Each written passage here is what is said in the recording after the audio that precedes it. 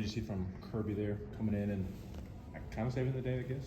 No, he did. I mean, he came in a difficult situation, and I don't think made it look easy, but he looked like he was throwing the ball as well as he has on that mound or any mound since he's been here.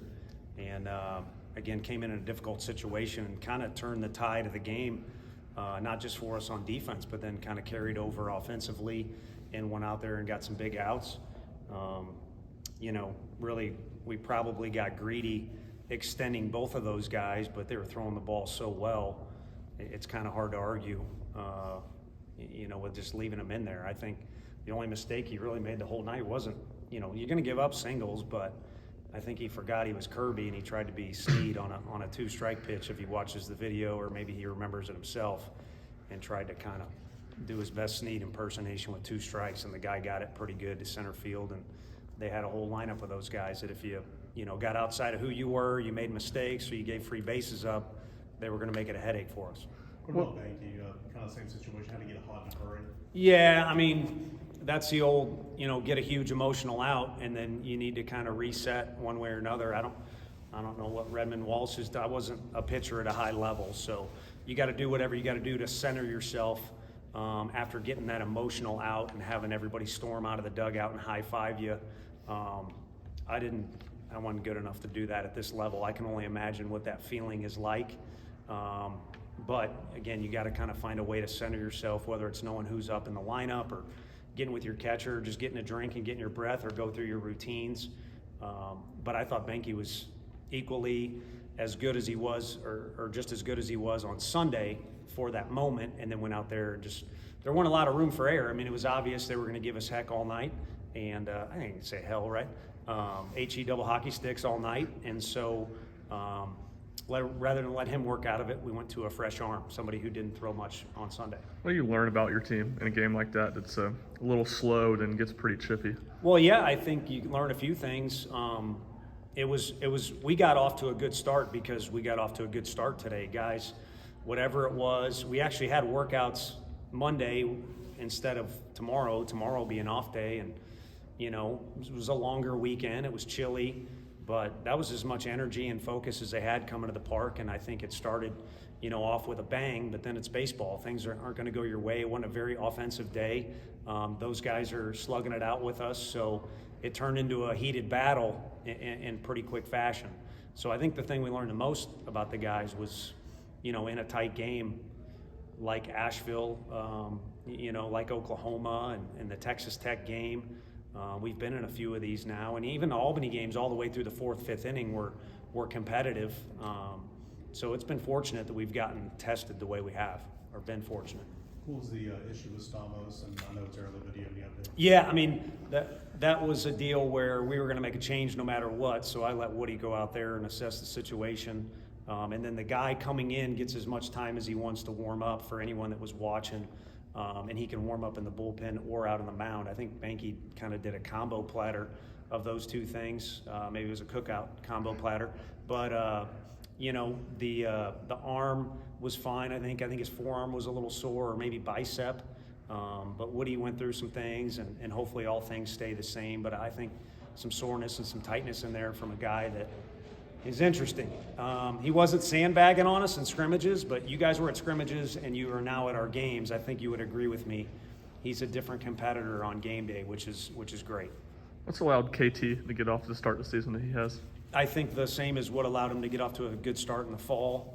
Those early scrimmages, he was our best hitter. And then, like any baseball player, I think Simo, didn't have his best night offensively, but how many nights has he been our best offensive guy? And then someone else will be the best offensive guy on Friday. So there's ups and downs, but if you look at the start of his fall, he was our best hitter, and then it slowed a little bit, but since he's been back, his physique has been different, his mentality's been different, his attention to detail, like things on defense, has really progressed since he was a first-year kid here.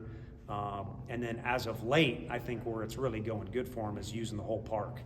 I mean, if I'm in the other dugout or I'm a pitching coach and I see him hit the ball to right the way he did in the ball off the wall and left, I'm kind of frustrated. You think Dallas not pitching for so long finally caught up to him today? No, I think, I think his first time he's been out there a little bit longer, and I know the way the kid thinks. He expects excellence. I don't want to say perfection and put words in his mouth or assume, but I think he really expects to be. He's mature and he's confident, which I like. He's got high expectations, and it started slipping and sliding on a little bit there, and kept going that downward spiral instead of him being able to self-correct. And I don't. My buddy gave me crap the other night. I guess in the interview I said I'm no smarter than the next guy, and then I proceeded to tell you, like I'm smarter than the next guy. So I won't preface it by saying that. The one thing I do know, and I'll say with conviction, is often freshmen are a little slower to make an adjustment, whereas sophomore year, instead of correcting, from one game to the next, a hitter can do it from an at-bat to an at-bat, or instead of a pitcher like Dallas maybe making an adjustment from hitter to hitter, or maybe even inning to inning, they can do it pitch by pitch, and that's what a guy like Kirby and Stom can do. And Snead, I think, would admit to a progression that he's made from freshman year till now is probably being able to self-correct a little bit. You got to coach yourself out there when you're on the field. We get a minimum amount of timeouts. Really, you don't get any more offensive timeouts. And you only get a couple mound visits from us, and we don't really like to take them, to be honest with you. So you got to empower yourself and be able to coach yourself. And I think this will be a good lesson learned for him, and probably in the bullpen, that's what they'll be working on. How important were the RBIs tonight from Robin and Cannon on a night when runs are kind of at a premium? Yeah, they were big. I mean, you're not going to – the best swing of the night was Alex Perry for either team. I think their guy who drove the ball off Snead there late could make an argument. But my favorite swing was Alex Perry's, and we didn't get anything out of it. He hit it right into the teeth of the wind. So sometimes you got to pay attention to what your circumstances are, who's on the mound, what's going on with the game. And in a game like this, you'll take it any way you can get it. And a couple of those weren't necessarily really hard-barreled balls or driven real far, but they were enough just to get it done. And I think guys had get-it-done approach in a lot of at-bats, but those are the ones you mentioned are the ones where it worked out in our favor. So that's why we're always trying to encourage our guys. I know sometimes I've talked to even recruits. They think we're trying to coach home runs or something because there's been years we've had a lot of them. We just want guys to compete for at-bats that are beneficial to the team. And if you keep stacking those up, the percentages will waver in your favor. Your favorite question, pitching plans for the weekend? Yeah, probably Beam will pitch on Saturday. It's kind of, we're reverting, AJ obviously threw so well against Texas Tech, but we're reverting back to the first weekend. The one thing we do know is the consistency of Drew and kind of, we trust him to be the rock in the middle of the week for us. I think Sunday will be a literally wait until maybe even Sunday morning to see how guys feel.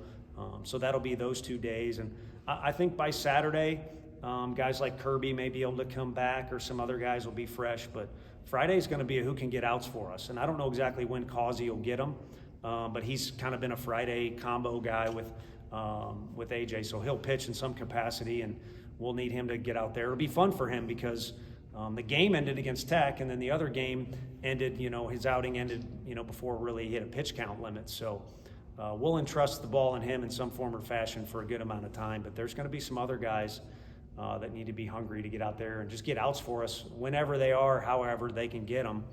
And, Combs was hot, and that was Snead's last hitter. So I'm sure that feeling of being hot, wanting to go in the game, will carry over into Friday for Combsy.